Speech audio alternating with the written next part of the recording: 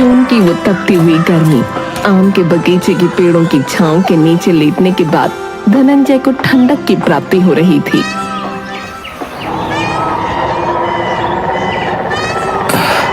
अभी तक तो तेज चलती धूप हो रही थी, लेकिन अचानक से ये बादल कहां से आ गए?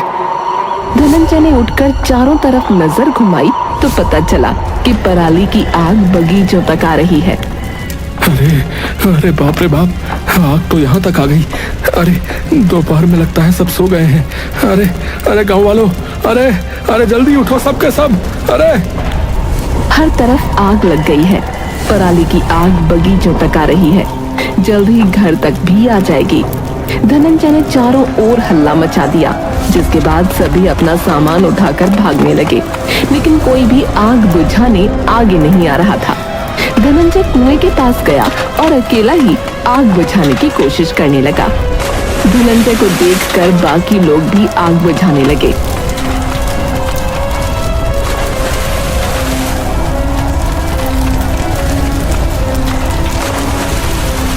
कुछ ही देर बाद आग शांत हो गई। अरे भैया, अरे सारी मेहनत बर्बाद हो गई। अरे ललिता की माँ, अरे देखो हम तो रोड पर आ गए। इस आग में हमारी पूरी फसल जलकर राख हो चुकी है। हमारे पास कुछ नहीं बचा। रामू और गिरधारी की पत्नी ने भी रोना शुरू कर दिया, क्योंकि उनकी फसलें भी पराली की आग में जलकर बर्बाद हो गई थीं। अगर मैं उस आग को पहले ही बढ़ता हुआ देख लेता तो ऐसा नहीं होता। रात में भी कुछ खेतों में आग लग गई, लेकिन उस आग में पराली नहीं बल्कि कई किसानों का आत्मविश्वास जल रहा था। अरे कड़ी मेहनत के बाद किसानों ने फसल उगाई थी। पिछले 2 साल से फसलें पहले ही कीड़े और वातावरण की वजह से नष्ट हो रही थी, और इस बार फिर से पराली की आग में आकर सब बर्बाद हो गया भैया। आग में जल रहे किसानों की चीख पुकार ने पूरे गांव की नींद को हिलाकर रख दिया। अरे कोई पानी लेकर आओ, सब कुछ जल रहा है। अरे कोई भैया मदद करो, ए भैया। लेकिन कोई मदद न कर सका, क्योंकि गांव का कुआं वहां से बहुत दूर था, जिसकी वजह से लोगों को खेती करने में भी बहुत दिक्कतों का सामना करना पड़ता था। गांव के कुछ आदमियों ने हिम्मत जुटाकर आग बुझाने आग के आसपास चले गए, लेकिन आग बुझाते हुए कुछ गांव वाले आग की लपटों में आ गए, जिससे सारे गांव में मायूसी छा गई। रघु के पापा, आपने ऐसा क्यों किया? मेरे पास भी जीने की कोई वजह नहीं है, मुझे भी इस आग में जलना है। पति के जलने से वो औरत बिल्कुल बेबस हो चुकी थी। वो खुद को आग में जला न ले, इसके डर से गांव वालों ने उसे पकड़ कर रखा था। छोड़ दो मुझे, जाने दो, अब मुझे भी मरना है। अरे देखो, मेरे भी खेत में आग लग चुकी है। मेरे पास सिर्फ और सिर्फ एक ही खेत था, वो भी जलकर राख हो चुका है। देखो, क्या मैंने हिम्मत हारी? नहीं ना। अरे आप लोग भी हिम्मत बनाए रखें और ऐसा कदम ना उठाएं। पूरे गांव में मातम का माहौल छा गया। गांव होने के कारण सरकार भी उनकी तरफ बिल्कुल ध्यान नहीं देती थी। न तो किसानों को खेती करने के लिए पैसे दिए जाते थे, और न ही मुआवजा, और न ही संसाधन।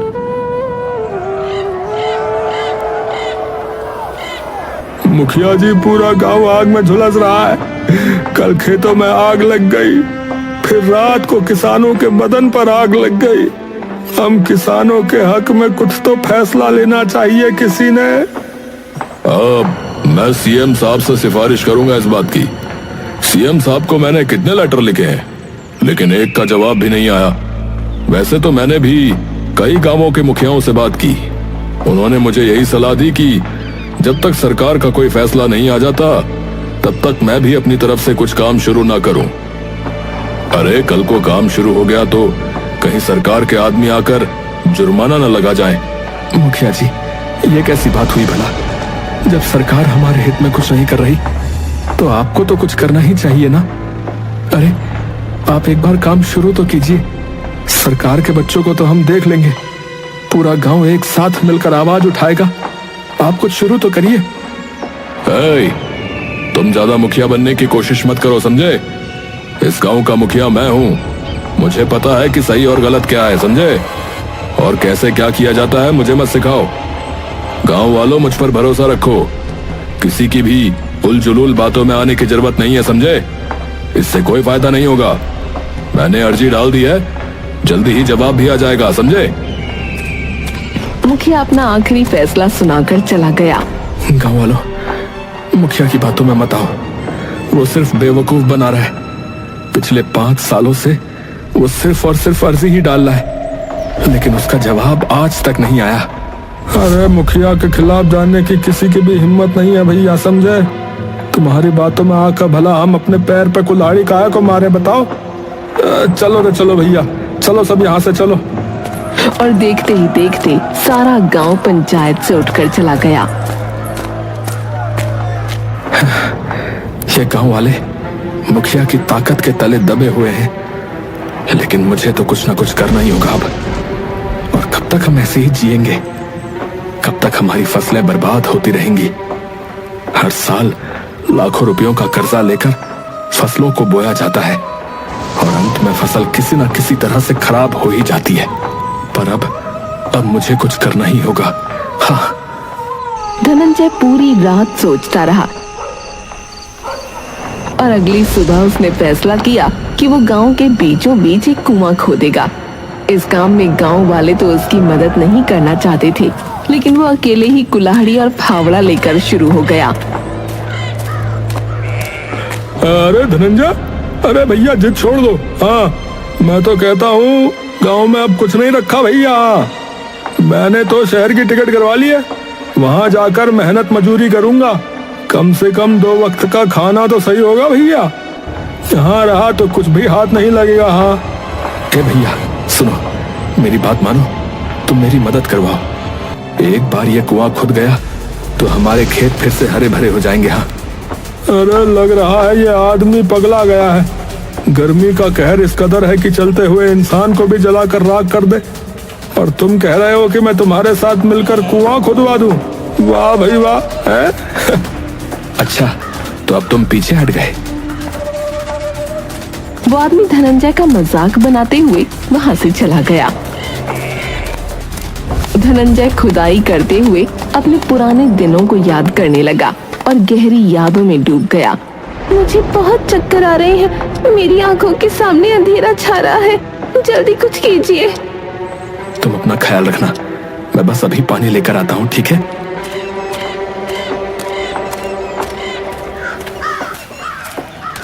धनंजय फौरन एक दुकान पर पानी की बोतल खरीदने गया। एक बोतल 200 रुपए की है, लेना है तो लो, वरना निकलो यहाँ से। शाम तक 1000 रुपए की एक बोतल भी दिखेगी, समझे? मेरी गर्भवती पत्नी ने पिछले 7 दिनों से पानी की एक बूंद भी नहीं पी है। उसके शरीर में पानी की बहुत कमी है। सिर्फ 1 गिलास पानी दे दोगे तो वो भी चलेगा। मैं हाथ जोड़ता हूँ भैया, मैं बहुत गरीब हूँ, मेरे पास 1000 रुपए तो छोड़ो, 200 रुपए भी नहीं है।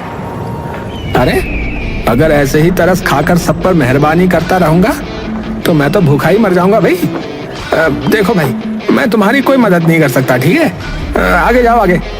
इतनी ही दिक्कत है तो जाकर मुखिया जी से बात क्यों नहीं करते हो? अभी अगर 1 रुपया कम कर दिया मैंने तो वो मुझे फिर यहाँ पर बैठने भी नहीं देंगे। आसपास की सारी दुकानों में उन्हीं के नाम का पानी बिकता है, समझे?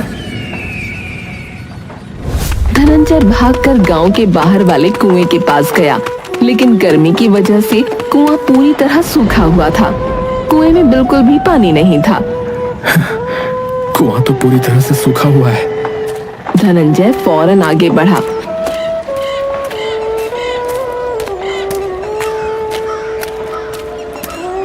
वो दूसरे गांव के कुएं के पास गया, लेकिन वहां तो खूब लंबी लाइन थी कुएं से पानी निकालने के लिए।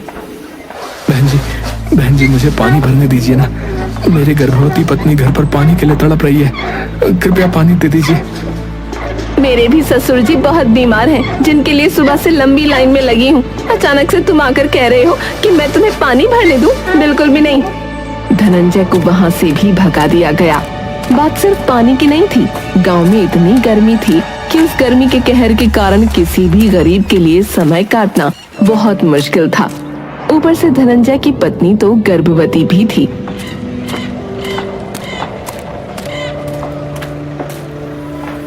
पार्वती, मुझे पानी कहीं नहीं मिला। तुम्हें गर्मी लग रही है, मैं तुम्हें हवा कर देता हूँ, ठीक है?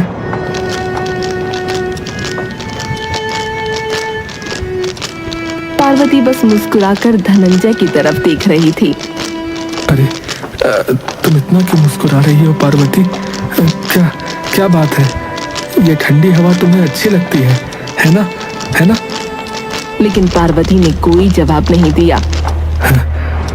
पारो, हे पार्वती, पार्वती, हे, तू कुछ बोल क्यों नहीं रही है रे? कुछ देर बाद धनंजय को एहसास हुआ कि पार्वती अपना दम तोड़ चुकी है। पार्वती और उसका बच्चा अब इस दुनिया में नहीं है। पार्वती, पार्वती, नहीं नहीं नहीं, मेरी पार्वती मुझे छोड़कर चली गई। नहीं नहीं पार्वती, नहीं। अरे हे भगवान, ये क्या हो गया? अब मैं कैसे जीऊंगा, कैसे रहूंगा?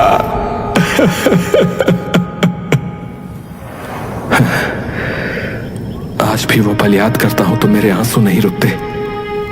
उस दिन के बाद से हर एक दिन अपने आखिरी दिन की कामना करता हूं, लेकिन मैं जब तक भी जिंदा हूं ऐसी मौत किसी को नहीं आने दूंगा, किसी को नहीं।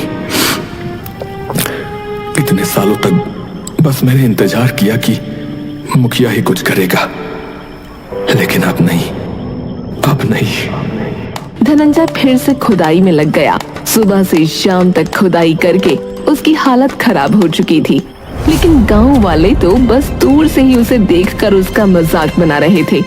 इसे क्या लग रहा है, 1-2 फीट खोदने से पानी निकल आएगा? अरे जमीन के बहुत अंदर जाना पड़ता है पानी देखने के लिए। ऐसा लग रहा है चूहा चला पहाड़ खोदने। हाँ। अब शाम हो गई थी, वो अपने घर पहुंचा। अरे पारो, जरा एक गिलास पानी तो देना। इतने साल हो गए हैं पारो को गुजरे हुए, लेकिन मेरी आदत है कि कभी जाती ही नहीं, घर आते ही पार्वती से पानी मांगना। चलो खुद ही ले लेता हूं।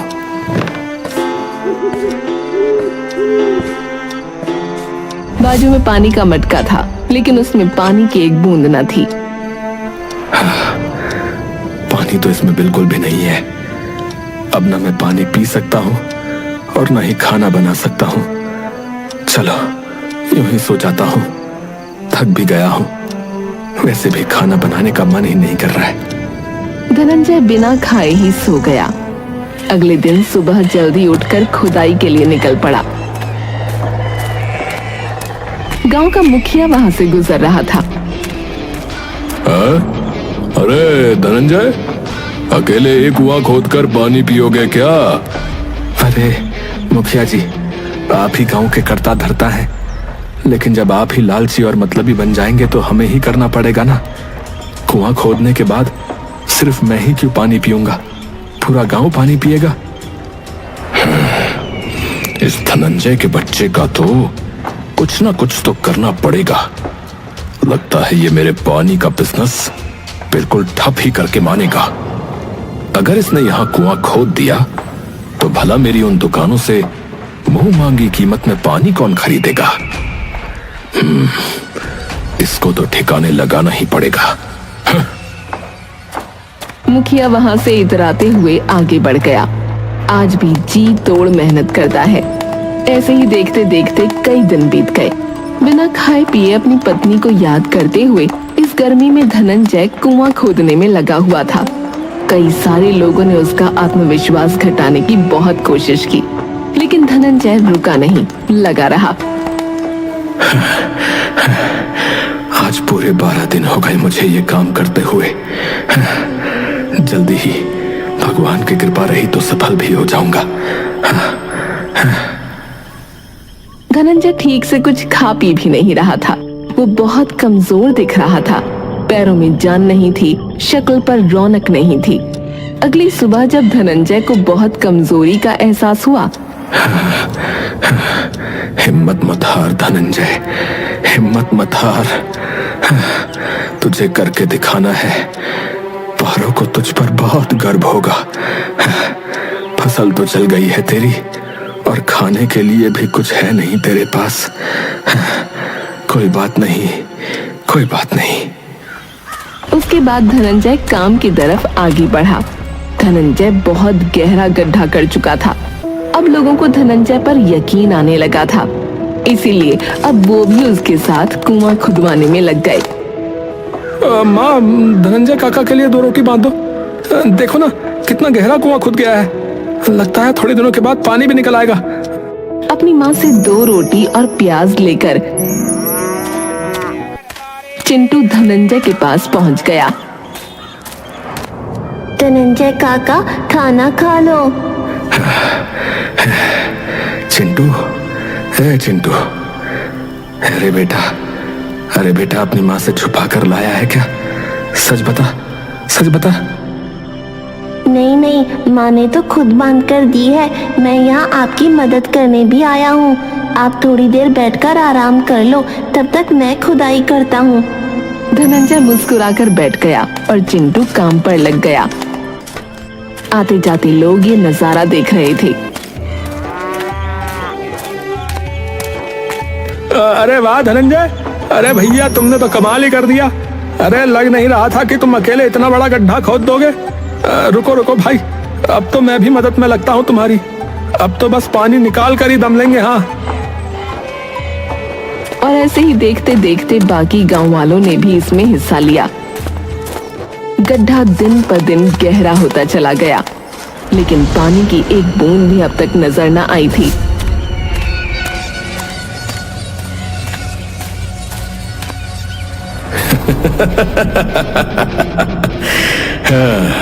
अरे मैं ना कहता था कि इसकी बातों में मत आओ।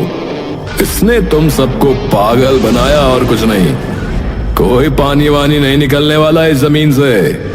अरे मैंने आप सभी की सुविधा के लिए दुकान खोल रखी है वहां से पानी खरीदिए पीजिए। है भाई, बिल्कुल शुद्ध पेयजल मिलता है उन दुकानों पर। वो सारी दुकानें तो आपकी ही हैं मुखिया जी। वहां पर पानी तो मिलता है, लेकिन बहुत ही महंगा, और इससे सिर्फ और सिर्फ आपका फायदा होता है। थोड़े दिन रुक जाइए, फल जरूर मिलेगा। हाँ।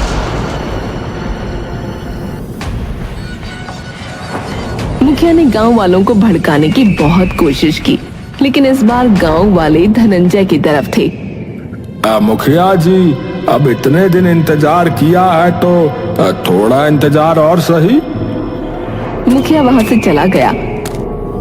सभी गांव वाले दिन रात मेहनत कर रहे थे और तभी धनंजय की एक कुल्हाड़ी के बाहर से पानी की धार बाहर निकल आई। सभी गांव वालों में खुशी की उमंग फैल गई। सभी इसे उत्सव की तरह मनाने लगे। भैया, बधाई हो भैया, देखो पानी निकला है। भैया पानी निकल गया। बधाई हो भैया, भैया पानी निकल गया। जाओ प्रभु।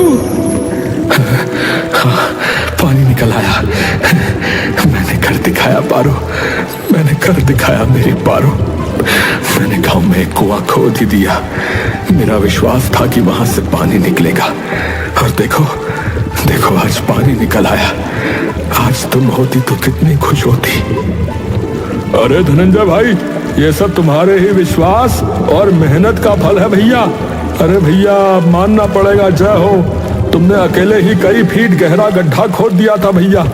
अरे उस दिन पहले शुरू में तो हमें मजाक लग रहा था, लेकिन भैया मानना पड़ेगा, विश्वास और मेहनत रंग लाई। इस कुएं का नाम जो है तुम्हें ही रखना चाहिए भैया। हाँ। क्या?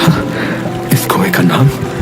हाँ, ये मैंने अपनी पत्नी की याद में बनाया है। जो हाल मेरी पत्नी का हुआ, भगवान ना करे वो किसी का हो, और अब भगवान की दया से किसी का होगा भी नहीं। इसीलिए इस कुएं का नाम आज से पार्वती कुआं है।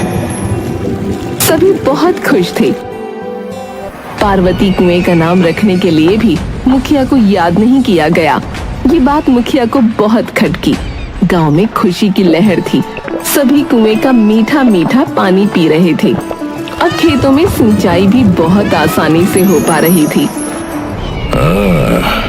कुआं तो खोद दिया है उस धनंजय के बच्चे ने, लेकिन इतनी आसानी से मेरा बिजनेस बंद नहीं कर सकता वो। अरे इतनी सारी दुकानों पर पानी बिकवाता हूं मैं, वो सब कौन खरीदेगा? उसकी सारी हेकड़ी तो निकालनी ही पड़ेगी।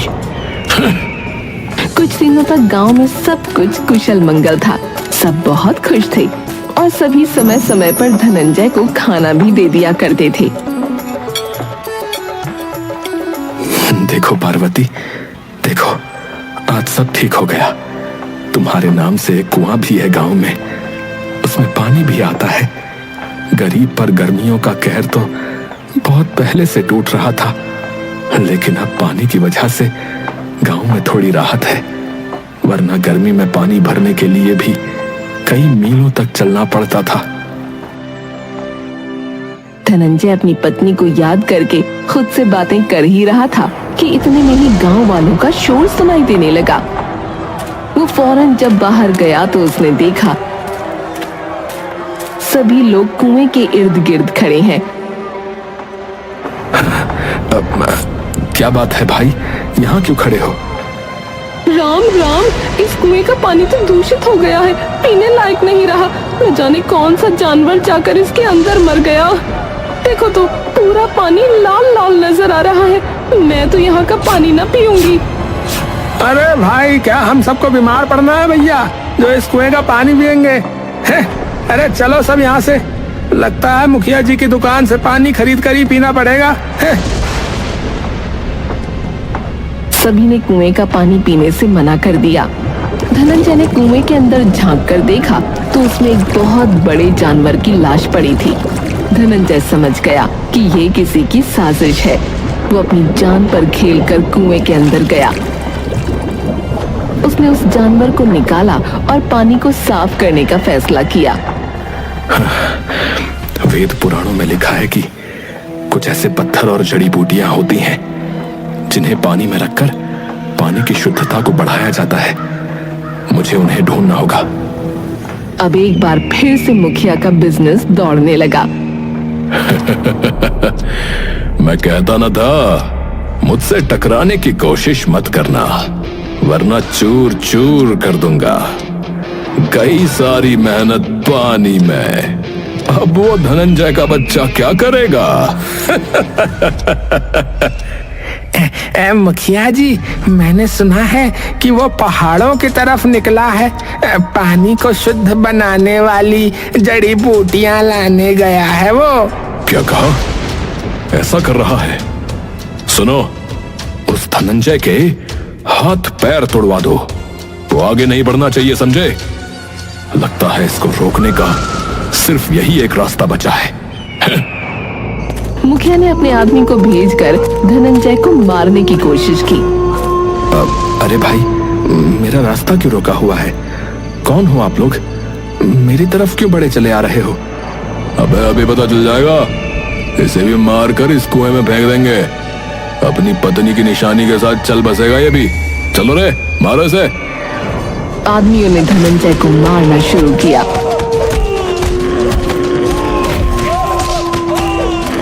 दूर से गुजर रहा रामू ये सब देख रहा था। वो फौरन गांव में गया।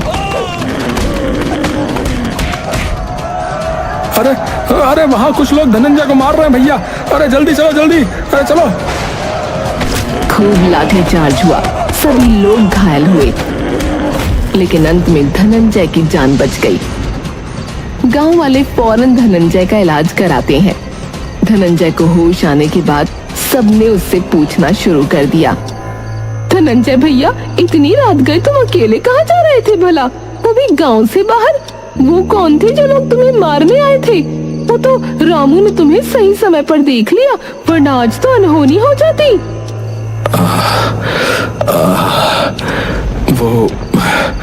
वो आदमी मुखिया के आदमी थे। वो मुझे मारना चाहते थे क्योंकि उन्हें पता चल गया कि मैं गांव के कुएं को शुद्ध करने वाली जड़ी बूटी लेने जा रहा हूं। वो तो मेरी किस्मत अच्छी थी जो मैं बच गया। आप लोगों ने मुझे बचा लिया, आपका बहुत बहुत धन्यवाद। लेकिन मुझे जल्दी करना होगा। वो जड़ी बूटियां केवल साल में एक बार ही खिलती हैं। मुझे उन्हें जाकर ढूंढना होगा। गांव के लिए ये बहुत जरूरी है। वो सब कुछ मुखिया की चाल थी। कुएं में जानवर को मारकर भी मुखिया ने फेंका था। ये सुनकर लोगों में जुनून की एक उमंग दौड़ने लगी। क्या कहा काका? उस मुखिया की इतनी हिम्मत? अरे उसे मुखिया बनाने वाले हम ही लोग हैं। उसने तुम्हें मारना चाहा, वो भी सिर्फ इसीलिए क्योंकि तुम गांव का भला चाहते हो। आज के बाद उसकी दुकानों से कोई भी पानी नहीं खरीदेगा भैया। सुन लो सभी के सभी। हम कुएं का ही पानी पिएंगे। धनंजय भाई, अब हमें बताइए वो जड़ी बूटियां कहाँ मिलती हैं? हम उन्हें लेकर आएंगे। पीछे से सभी गांव वाले हाँ में हाँ मिलाने लगे। हम सभी जो है पार्वती कुएं का ही पानी पिएंगे। धनंजय भाई, आप हमें बताइए कि वो जड़ी बूटियां कहाँ मिलती हैं, हम उन्हें लेकर आएंगे। धनंजय सभी को रास्ता बता देता है। गांव से कुछ लोग जड़ी बूटियों की तलाश में निकल पड़े और 3 दिन बाद जड़ी बूटी लेकर लौट भी आए। ये लो काका, हम जड़ी बूटियां ले आए हैं। अब आप बता दो कि इन्हें कुएं में कैसे और कब डालना है। सबसे पहले पत्थरों को कुएं में फेंका गया और उसके बाद धीरे धीरे जड़ी बूटियों को भी। कुएं का पूरा पानी शुद्ध हो चुका था और लोगों ने मुखिया की दुकानों से सामान लेना बिल्कुल बंद कर दिया। मुखिया जी, लोगों ने हमारी दुकान से पानी तो क्या सामान भी खरीदना बंद कर दिया है। पानी से ही हमें ज्यादा मुनाफा होता था, लेकिन आजकल वो बिल्कुल नहीं बिक रहा है। अरे ये सब उस गधे की वजह से हुआ है। वो धनंजय अपनी पत्नी की याद में कुआं खोदने निकला था। गांव के हालात पहले से सुधर गए थे क्योंकि अब लोगों को पानी लेने के लिए मीलों दूर तक नहीं जाना पड़ता था। एक बार फिर से सब कुछ पहले की तरह हो गया। भाइयों, गांव के हालात एक कुएं की वजह से सुधर गए हैं। इसका मतलब हमारे गांव में कुएं की कितनी आवश्यकता थी, लेकिन उस मुखिया ने कभी ऐसा नहीं होने दिया। बिल्कुल सही कहा। उस पराली की आग में मेरे पति ने अपनी जान दे दी। वो सिर्फ उस मुखिया की वजह से हुआ। मुझे ऐसा मुखिया नहीं चाहिए। देखते ही देखते सभी लोग मुखिया का विरोध करने लगे। नहीं चलेगी, नहीं चलेगी, मुखिया तुम्हारी नहीं चलेगी। हमारा मुखिया कैसा हो? धनंजय भैया जैसा हो। ऐसे ऐसे नारे लगाकर सभी मुखिया का विरोध कर रहे थे और मुखिया के घर पर पत्थरबाजी कर रहे थे। अरे अरे जल्दी जल्दी सामान बांधो, हमें यहाँ से फौरन निकलना होगा। पीछे के रास्ते गाड़ी खड़ी है, जल्दी से गाड़ी में बैठ जाओ, वरना आज ये लोग हमें जान से ही मार देंगे, बता रहा हूँ। चलो चलो जल्दी चलो। मुखिया अपनी बीवी बच्चों के साथ वहाँ से दुम दबा कर भाग गया। अरे हम जीत गए भैया, वो भाग गया मुखिया। वो देखो गाड़ी से भाग रहा है। हाँ, आज से हमारा मुखिया जो है वो धनंजय है भैया। अरे अरे ये सब क्या बोल रहे हो भाई? मैं और मुखिया, मैं कैसे हो सकता हूँ? नहीं नहीं, इतनी बड़ी जिम्मेदारी मुझे नहीं चाहिए। अरे ये कैसी बातें कर रहे हो धनंजय? हैं? तुमने इस गांव का भला चाहा, हमने ही तुम्हारा साथ नहीं दिया था, और अब जब हम तुम्हारा साथ दे रहे हैं तो तुम कह रहे हो कि तुम्हें मुखिया नहीं बनना। अरे मैं तो बस तुम्हारे बीच रहकर ही सब अच्छा होते हुए देखना चाहता हूँ। अरे मेरा एक खेत है, उसमें खेती करके मैं खुश था। तुम्हें हमारी खुशी के लिए ही मुखिया बनना होगा भैया। जिस दिन तुम मुखिया की कुर्सी पे आ जाओगे, हमारा गांव भी तरक्की के रास्ते पे आ जाएगा। इस बात को समझो जरा। अगर आप सब इतना कह रहे हैं तो मैं आप लोगों के लिए मुखिया बनने के लिए तैयार हूँ। और उस दिन के बाद से उस गांव का मुखिया धनंजय बन गया। धनंजय रोजाना गांव में सुविधा उपलब्ध कराने के तरीके ढूंढा करता था। सब लोग बहुत खुश थे। धनंजय ने ऐसे कई तरीके निकाले जिससे गरीब पर गर्मियों का कहर न पड़े, जिससे सभी लोग बहुत